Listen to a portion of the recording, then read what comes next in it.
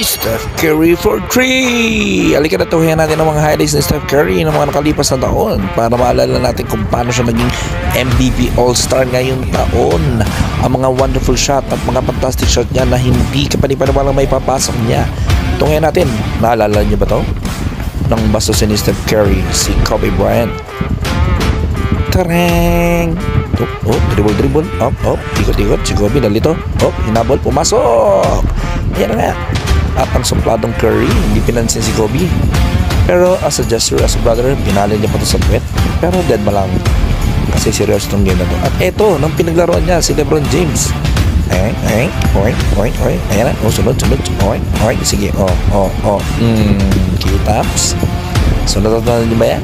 Marami pa yan. At sa susunod ng mga video na ipapaload ko, tingnan nyo naman kung gaano kalikot si Steph Curry. Yan ang isang MVP. Napasayaw dyan si LeBron. Pasok.